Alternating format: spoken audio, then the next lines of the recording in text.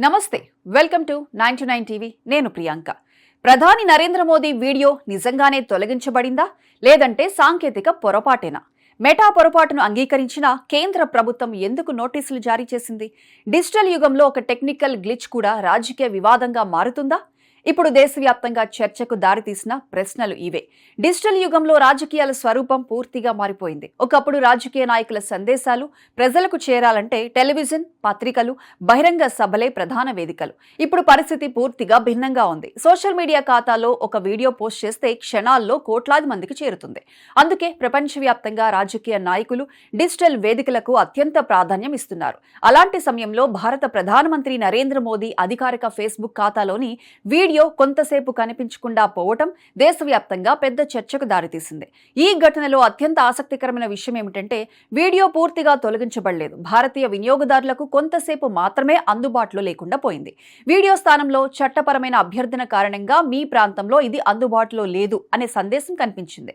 సాధారణంగా ఇలాంటి సందేశం కనిపిస్తే ఏదైనా కోర్టు ఆదేశం, ప్రభుత్వ ఆదేశం లేదా చట్టపరమైన పరిమితి విధించబడిందని చాలా మంది భావిస్తారు. అందుకే సోషల్ మీడియాలో వెంటనే అనేక ప్రశ్నలు మొదలయ్యాయి. ప్రధాని మోదీ విడుదల చేసిన వీడియో కూడా సాధారణ వీడియో కాదు. నీట్ పరీక్ష వివాదం, పేపర్ లీక్ ఆరోపణలు, దేశవ్యాప్తంగా విద్యార్థుల ఆందోళన నేపథ్యంలో విడుదలైన సందేశం అది. పరీక్షల వ్యవస్థలో సంస్కరణలు తీసుకొస్తామని, పేపర్ లీక్లపై కఠిన చర్యలు ఉంటాయని మోదీ ప్రకటించారు. యువతతో నేరుగా మాట్లాడిన ఈ వీడియోకు భారీ స్పందన లభించింది. కోట్లాది వ్యూస్, లక్షల సంఖ్యలో స్పందనలు రావడంతో అది సోషల్ మీడియాలో ప్రధాన చర్చగా నిలిచింది. ఇలాంటి సమయంలో వీడియో కనిపించకుండా పోవడంతో సహజంగానే అనుమానాలు వ్యక్తమయ్యాయి. ఇది సాధారణ సాంకేతిక లోపమా లేక ఉద్దేశపూర్వక చర్య? నిజంగా ఏదైనా చట్టపరమైన అభ్యర్థన వచ్చిందా అనే ప్రశ్నలు వినిపించాయి. ముఖ్యంగా వీడియోపై కనిపించిన సందేశమే ఈ చర్చను మరింత పెంచింది. అయితే కొద్ది గంటల్లోనే మెటా స్పందించింది. ఇది ఉద్దేశపూర్వక చర్య కాదని, అంతర్గత ప్రక్రియలో జరిగిన సాంకేతిక పొరపాటు వల్ల వీడియో తాత్కాలికంగా పరిమితం అయిందని తెలిపింది. సమస్య గుర్తించిన వెంటనే వీడియోను పునరుద్ధరించామని, వినియోగదారులకు కలిగిన అసౌకర్యానికి చింతిస్తున్నామని పేర్కొంది. అంటే మెటా వివరణ ప్రకారం ఇది విధానపరమైన నిర్ణయం కాదు, సాంకేతిక తప్పిదం. అయినా వివాదం అక్కడితో ముగియలేదు. ఎందుకంటే ఇది దేశ ప్రధానమంత్రి అధికారిక ఖాతాకు సంబంధించిన విషయం. కోట్లాది మంది చూస్తున్న ఖాతాలో ఇలాంటి పొరపాటు ఎలా జరిగిందనే ప్రశ్న సహజంగానే తలెత్తింది. ఒక సాధారణ వినియోగదారుడి ఖాతాలో జరిగే తప్పిదం వేరు. ప్రపంచంలోనే అత్యంత ఎక్కువ మంది అనుసరించే రాజకీయ నాయకుల్లో ఒకరి ఖాతాలో ఇలాంటి పరిస్థితి ఏర్పడడం వేరు. అందుకే ఈ ఘటనకు మరింత ప్రాధాన్యం లభించింది. ఈ పరిణామంపై బీజేపీ నేతలు తీవ్ర అభ్యంతరం వ్యక్తం చేశారు. ప్రధానమంత్రి సందేశం కోట్లాది భారతీయులకు చేరకుండా తాత్కాలికంగా నిలిపివేయడం ఎలా జరిగిందని ప్రశ్నించారు.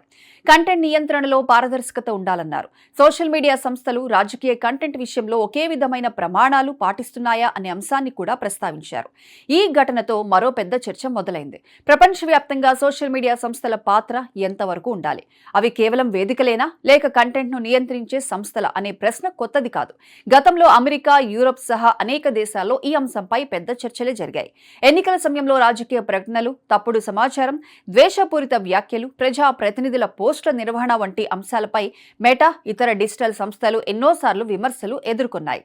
భారత్లో కూడా సోషల్ మీడియా వినియోగం భారీగా పెరిగింది.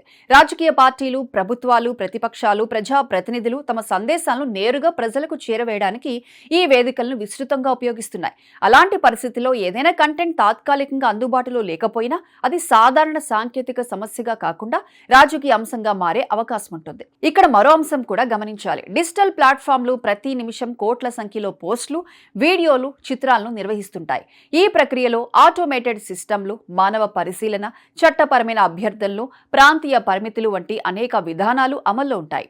కొన్నిసార్లు ఈ ప్రక్రియలో సాంకేతిక లోపాలు సంభవించే అవకాశం కూడా ఉంటుంది. మెటా కూడా ఈ ఘటనను అలాంటి పొరపాటుగానే వివరించింది. అయితే కేంద్ర ప్రభుత్వం ఈ వివరణతోనే సరిపెట్టలేదు. కేంద్ర ఎలక్ట్రానిక్స్, ఐటీ మంత్రిత్వ శాఖ మెటా నుంచి పూర్తి వివరణ కోరినట్లు తెలుస్తోంది. ఇలాంటి ఘటన ఎందుకు జరిగింది, భవిష్యత్తులో మళ్లీ జరగకుండా ఎలాంటి చర్యలు తీసుకుంటారు అనే అంశాలపై స్పష్టత కోరినట్లు తెలుస్తోంది. దీని ద్వారా డిజిటల్ వేదికల జవాబుదారీతనంపై ప్రభుత్వం కూడా దృష్టి పెట్టినట్లు కనిపిస్తోంది. ఈ పరిణామం సోషల్ మీడియా సంస్థలకు కూడా ఒక హెచ్చరిక లాంటిదే. చిన్న సాంకేతిక పొరపాటు జరిగినా అది కోట్లాది వినియోగదారుల విశ్వాసాన్ని ప్రభావితం చేసే అవకాశం ఉందని ఈ ఘటన మరోసారి గుర్తు చేసింది. ముఖ్యంగా ప్రభుత్వాలు, రాజ్యాంగ పదవుల్లో ఉన్న వ్యక్తులు అత్యంత ప్రాధాన్యం ఉన్న ప్రజా అంశాలకు సంబంధించిన కంటెంట్ విషయంలో మరింత అప్రమత్తంగా వ్యవహరించాల్సిన అవసరం ఉందనే అభిప్రాయం వ్యక్తమవుతోంది. ప్రస్తుతం వీడియో మళ్లీ అందుబాటులోకి వచ్చింది. మెటా క్షమాపణలు కూడా చెప్పింది. అయినప్పటికీ ఈ ఘటన ఒక పెద్ద ప్రశ్నను మాత్రం మిగిల్చింది. ప్రపంచ రాజకీయాల్లో సోషల్ మీడియా సంస్థల ప్రభావం ఎంత పెరిగిందో, వాటి సాంకేతిక నిర్ణయాలు ఎంత పెద్ద రాజకీయ చర్చలకు దారి తీయగలవో ఈ సంఘటన స్పష్టంగా చూపించింది.